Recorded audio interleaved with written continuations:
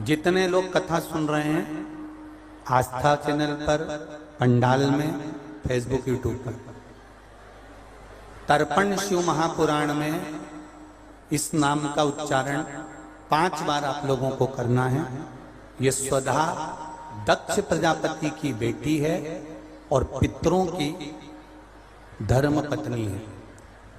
इस पितरों की धर्म पत्नी स्वधा का नाम लेने से अगर हमने कंडा, गोबरी, गाय का जो गोबर होता है कंडा, उसको जलाकर अगर धूप नहीं दी हो या किसी ब्राह्मण को भोजन आदि नहीं कराया हो या तिलांजलि तर्पण नहीं करा हो, पिंड नहीं दिया हो या श्राद्ध पक्ष में किसी को कोई दान ना करा हो तो उसका दोष ना लगे, उसके लिए तर्पण शिव महापुराण में पितरों की धर्म पत्नी स्वधा का नाम का स्मरण आप और हमको साथ में करना है। सभी लोग एक साथ में बोलेंगे, स्वधा स्वधा स्वधा स्वधा स्वधा।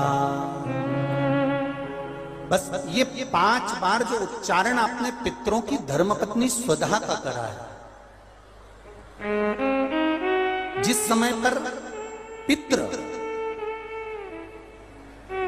पितृलोक से आर्यमा देव के साथ में हमारे यहाँ पर आते हैं। और मेरा बहुओं से निवेदन है, बेटियों से निवेदन है, माताओं से निवेदन है, मान लो आपको कोई ब्राह्मण देवता ने कहा कि आपके यहाँ पितृदोष है,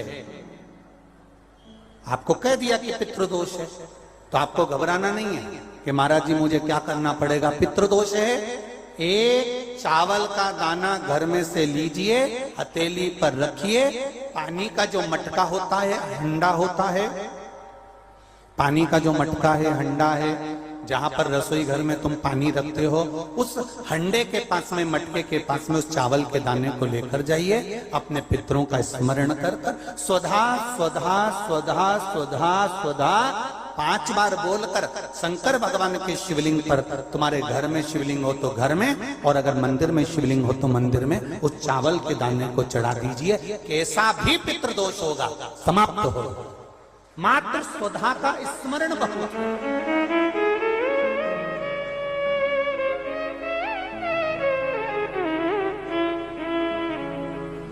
हम तो उनसे भी कहेंगे जिनका बार बार एक्सीडेंट होता है, जो बार बार गिरते पड़ते रहते हो, बार बार एक्सीडेंट होता हो, बार बार उनको चोट लगती हो, बार बार, और उनको भी कहेंगे जिनको सर्दी की बीमारी या दमे की बीमारी या श्वास की बीमारी, उनसे भी कहेंगे कि श्राद्ध पक्ष में एक चावल के दाने का प्रयोग स्वधा नाम से अवश्य करें। चलने में दम नहीं भराएगी, श्वास नहीं भराएगी। और दूसरा, जो सर्दी का जिसको कोटा होता है, बार बार सर्दी हो जाती है, निमोनिया हो जाता है, कफ बना रहता है, उनके लिए भी स्वधा नाम का स्मरण। महाराज स्वधा नाम का स्मरण ने हाथ देखकर कह दिया कि तेरी किस्मत में ये सुख नहीं है। अगर पितृपक्ष में, पितृपक्ष के अंतर्गत यदि शिवजी के मंदिर में जाकर 1 लोटा जल, 3 चावल के दाने, 3 बेलपत्र पितरों का स्मरण कर कर स्वधा स्वधा स्वधा स्वधा कर कर पितरों के हेतु भी अगर समर्पित कर दो तो शिव उसको स्वीकार कर कर स्वधा पितरों से कहकर कल्याण कर देती, दुख समाप्त हो, कष्ट मिट जाता। स्वधा, जब हम स्वधा स्वधा स्वधा कहते हैं, अगर आप पितृपक्ष में, श्राद्ध पक्ष में कोई ब्राह्मण भोजन करा रहे हो, गौ माता को श्राद्ध पक्ष में रोटी दे रहे हो, स्वान को रोटी दे रहे हो, कागल को निकाल रहे हो, कौवे को रोटी दे रहे हो, स्वधा का स्मरण सुख देता। इसे कह दे कि तेरे शरीर में ये रोग हो गया, कोई ने कहा बड़ा रोग हो गया, कोई ने कहा कैंसर जैसा रोग हो गया, कोई ने कहा किडनी बेकार हो गई, कोई ने कहा थायराइड हो गया, कोई ने कहा चर्म रोग हो गया, कोई ने कहा ये हो गया, कोई ने कहा शरीर में, कोई ने कहा पत्रिका देखकर ज्योतिषी ने कहा तुम्हारा ग्रह बेकार चल रहा है, तुम्हारे ग्रह पूरे तरह से बेकार हो गए। कोई कहे कुंभ राशि बेकार हो गई, कोई ने कहा ये राशि बेकार हो गई, कोई ने कहा वो राशि बेकार, कोई ने हाथ देखकर कह दिया कि तेरी किस्मत में ये सुख नहीं है। अगर पितृपक्ष में, पितृपक्ष के अंतर्गत यदि शिवजी के मंदिर में जाकर 1 लोटा जल, 3 चावल के दाने, 3 बेलपत्र पितरों का स्मरण कर कर स्वधा स्वधा स्वधा स्वधा कहकर पितरों के हेतु भी अगर समर्पित कर दो तो शिव उसको स्वीकार कर कर स्वधा पितरों से कहकर कल्याण कर देती, दुख समाप्त हो जाता, कष्ट मिट जाता। स्वधा स्वधा स्वधा स्वधा बोल लेने से भी पितृ तृप्त हो जाता, पितृ तृप्त। कितना सुंदर कहा है महाराज। यदि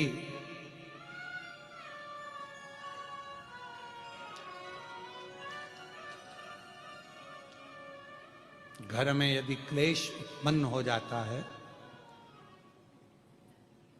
आपका धन, आपकी प्रॉपर्टी, आपकी जमीन, आपका प्लाट, आपका दुकान, आपका पैसा यदि किसी ने कब्जा कर लिया और छोड़ नहीं रहा, प्रत्येक अमावस्या के दिन पीपल के वृक्ष के नीचे जाकर 2 दीप लगाइए घी के।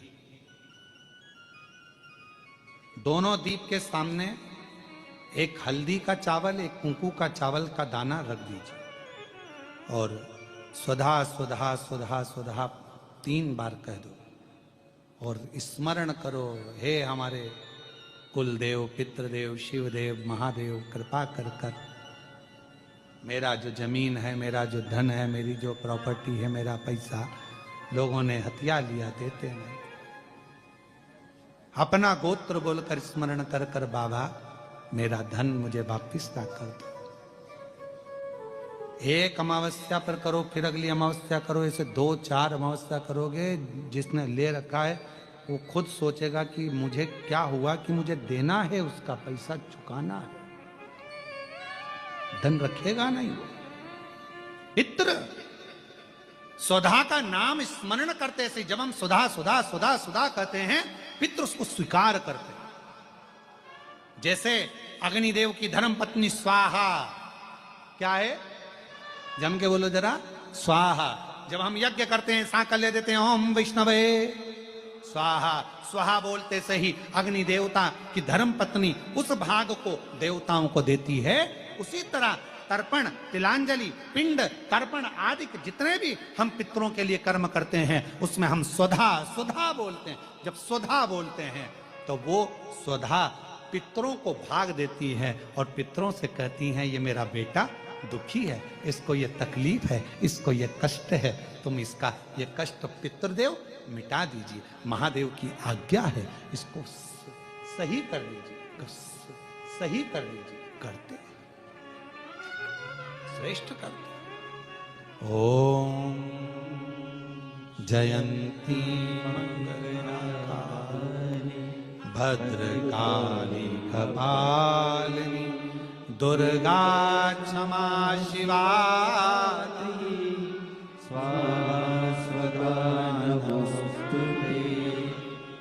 ओम जयंती मंगलाकाली भद्रकाली कपालिनी दुर्गा क्षमा शिवा धात्री स्वाहा स्वधा नमोस्तुते। स्वधा का उच्चारण हमको सुख प्रदान करता है, स्वधा का उच्चारण हमें संपदा प्रदान करता है। अगर किसी व्यक्ति के जीवन में खो गया, कर्जे में डूब गया, कर्जा बहुत हो गया, पैसा चले गया, गाड़ी चली गई, मकान चले गया, सब गिरवे रखा गया, सब कुछ समाप्त हो गया, उसको प्रत्येक प्रदोष को, प्रत्येक अमावस्या को घी का दीप किसी भी पेड़ के नीचे, ये 5 वृक्ष बताए हैं पितृभाव के, उन 5 वृक्ष में से कहीं पर भी बड़, पीपल, आंवला, शमी, बेलपत्र आदि 5 वृक्ष में से किसी भी वृक्ष के नीचे प्रज्वलित करे और काम ना करे, उसका कर्जा चूकता ही है। शरीर में, हाथ में कंपन हो रहा है, पांव चलते नहीं बन रहा है, शरीर हाँप ज्यादा भरा रही है, खूब ज्यादा शरीर चल नहीं पाता, थोड़ी थोड़ी देर में हाँपड़ी भरा जाती है, हाँप भरा जाती है, या पीछे से रीढ़ की हड्डी दुखना प्रारंभ हो जाती है, तो उसके लिए सरसों के फूल 108, काय के फूल, सरसों, सरसों जानते हो सब लोग? सरसों के फूल 108 भगवान शंकर के मंदिर में घृष्णेश्वर महादेव का नाम लेकर 108 सरसों के फूल एक एक कर घृष्णेश्वर बाबा को समर्पित कर दो। उसी फूल को उठाकर नंदी जो मंदिर में है उसका पीठ का ऊपर का एक भाग होगा, नंदी के पीठ पर अग्र भाग ऊपर का होता है, उस भाग को वो 108 सरसों के फूल छुआ दो और उसको लेकर घर पर जाओ, उसको सूखने डाल दो। सूखने के बाद वो सरसों के फूल का थोड़ा थोड़ा सा भाग सुबह के समय पर खाली पेट जरा सा भाग रोज खाना प्रारंभ करो। 21 दिन तक 20 दिन तक अगर आपने रोज खाया, आपके हाथ का कंपन और जो चलने में आपको हाँफ भरा रही है वो, और रीढ़ की जो हड्डी दुख रही है उसमें धीरे धीरे अंतर आना अपने आप प्रारंभ हो जाएगा। चल रहा है श्राद्ध पक्ष।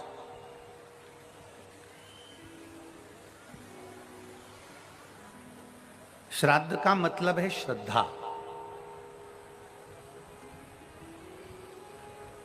अपने गुरु, अपने माता पिता, अपने पूर्वजों के प्रति, अपने गुरु के प्रति, अपने घर के बड़ों के प्रति, अपने बड़े आदरणीयों के प्रति आपकी कितनी श्रद्धा है।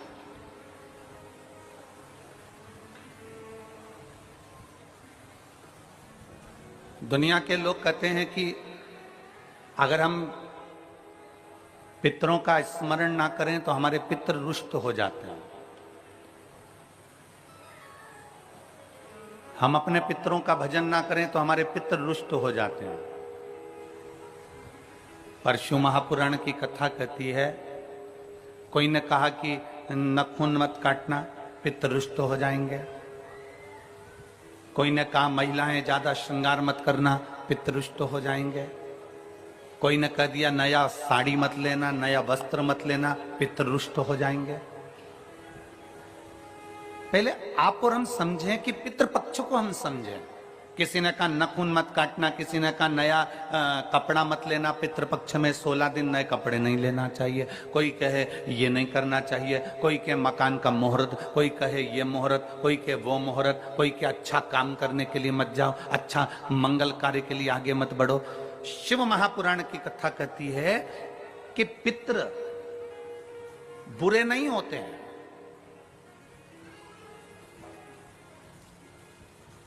पितृ बुरे नहीं होते हैं। आज लोगों के मन में बड़ा भय हो जाता है। व्हाट्सएप खोलो, फेसबुक खोलो तो ब्राह्मणों के लिए लोग कमेंट्स करना प्रारंभ कर देते हैं कि अब श्राद्ध पक्ष चालू हो गया, ब्राह्मण जीमने के लिए जाएंगे। कोई ब्राह्मण की तुलना कौवे से कर देता है, कोई कुछ कह देता है, कोई कुछ कह देता है। ना,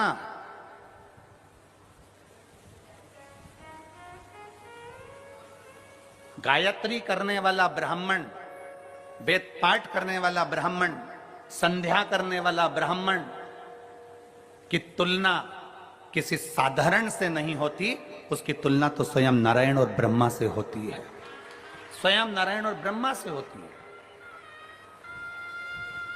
किसी ने कहा कि तुम अभी नया वस्त्र मत लो, पितृपक्ष चल रहा है, नया काम मत चालू करो, पितृपक्ष चल रहा है। श्राद्ध का मतलब क्या है? श्राद्ध का मतलब है आपकी पूर्ण श्रद्धा, आपका पूर्ण विश्वास, आपका पूर्ण भरोसा। पूर्ण श्रद्धा, पूर्ण विश्वास, पूर्ण भरोसा। श्राद्ध का मतलब पितृ आपका बुरा करेंगे, यह श्राद्ध का मतलब नहीं है। पितृ आपका बुरा करेंगे, यह श्राद्ध का मतलब नहीं है। पितृ आपको श्राप देंगे, यह श्राद्ध का मतलब नहीं है। यह पितृपक्ष का मतलब नहीं है। नया कपड़ा मत लो, ये मत करो, वो मत करो, मुहूर्त मत करो, नए मकान की बात मत करो, संबंध की बात मत करो, शादी की बात मत करो। पितृपक्ष चल रहा है, श्राद्ध चल रहा है, लोगों ने भय पैदा कर दिया पितृपक्ष का, श्राद्ध पक्ष का। पर यदि कूर्म पुराण को पढ़ा जाए, यदि देवी भागवत को पढ़ा जाए, यदि लिंग पुराण को पढ़ा जाए, यदि शिव महापुराण को पढ़ा जाए, तो हमारा शास्त्र कहता है कि पितृपक्ष से सुंदर कोई पक्ष नहीं हो सकता, जिसमें पितरों का भी आशीर्वाद देवताओं के साथ मिलता है।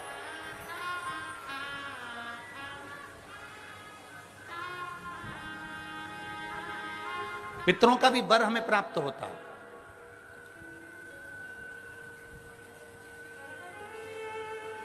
पितरों का भी आशीर्वाद हमें प्राप्त होता है। तो कौन कह दे कि ये पितृपक्ष बेकार होता है, ये श्राद्ध पक्ष बेकार होता है? श्राद्ध पक्ष में ये मत करो, श्राद्ध पक्ष में वो मत करो, पितृपक्ष में ये ना ना ना।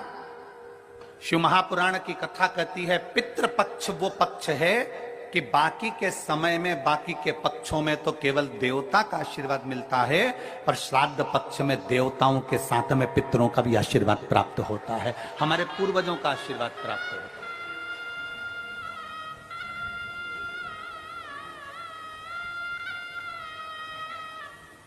श्राद्ध का मतलब है श्रद्धा।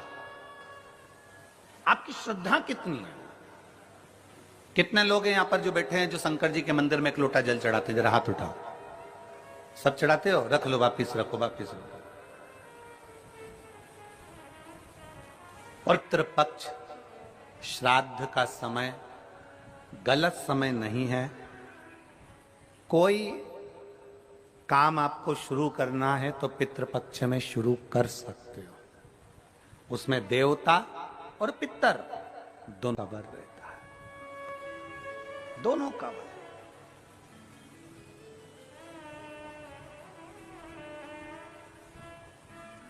कितना देते हैं शिव?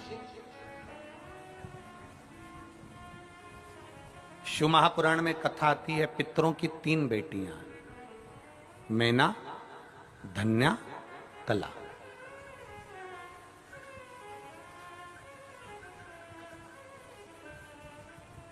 मैना के सुंदर आनंद में पार्वती जी है। धन्या सुनैना बनी, जिनकी गोद में माता सीता जी खेले। कला कीर्ति बनी, जिनकी गोद में राधा जी खेले। पितरों की 3 बेटी। अब पितरों की 3 बेटियों के 3 देवियां हैं। पहले नंबर पर कौन है? पार्वती जी। दूसरे नंबर पर कौन है? सीता जी। और तीसरे नंबर पर कौन है? जम के बोलो जरा, राधा जी। ये पितरों की बेटियों की बेटियां हैं।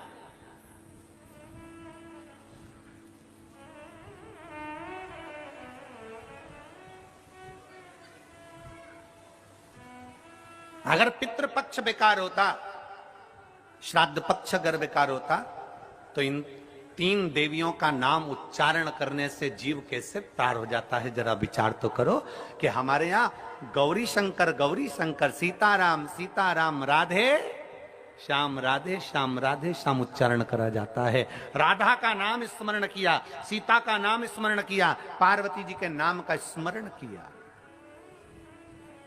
पार्वती जी के नाम का स्मरण किया। कैसे पार उतर सकता है? बस पितृपक्ष में एक काम चालू करो।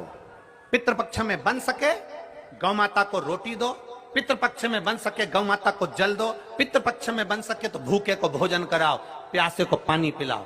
पितृपक्ष में बन सके, तुम्हें किसी ने कह दिया, कोई विद्वान ने तुम्हें बता दिया कि तुम्हारे पितृ दोष है, तुम्हारे घर में काल सर्प दोष है, तुम्हारे घर में ऐसा दोष है, तो एक काम चालू करो। 16 दिन श्राद्ध के 1 चावल का दाना देवाधिदेव महादेव के शिवलिंग पर समर्पित करो, दूसरा चावल का दाना अशोक सुंदरी की जगह पर समर्पित करो, और 1 लोटा जल पहले अशोक सुंदरी वाली जगह पर थोड़ा सा चढ़ाओ, उसके बाद शंकर भगवान को उस जल को अर्पित करो। अपना गोत्र बोलकर, अपने पितरों का स्मरण कर कर आपका पितृदोष अपने आप शांत हो जाएगा, दोष मिट जाएगा,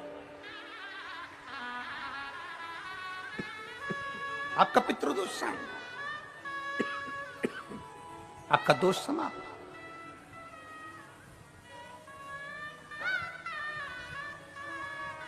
एक चावल का दाना शिवलिंग के ऊपर, एक चावल का दाना अशोक सुंदरी की जगह। और जल कहां चढ़ाना है पहले? जम के बोलो जरा, आवाज नहीं आई, जम के बोलो जरा। अशोक सुंदरी की जगह। और फिर जल कहां चढ़ाना है? शिवलिंग के ऊपर। शंकर बाबा क्या बोलकर? अपना गोत्र। जिसको गोत्र नहीं मालूम उसको एक चीज मालूम होना चाहिए, शंकर का नाम। श्री शिवाय नमस्तुभ्यम। ओम नमः शिवाय, नमः शिवाय। गौरी शंकर शिव का जल समर्पित करो।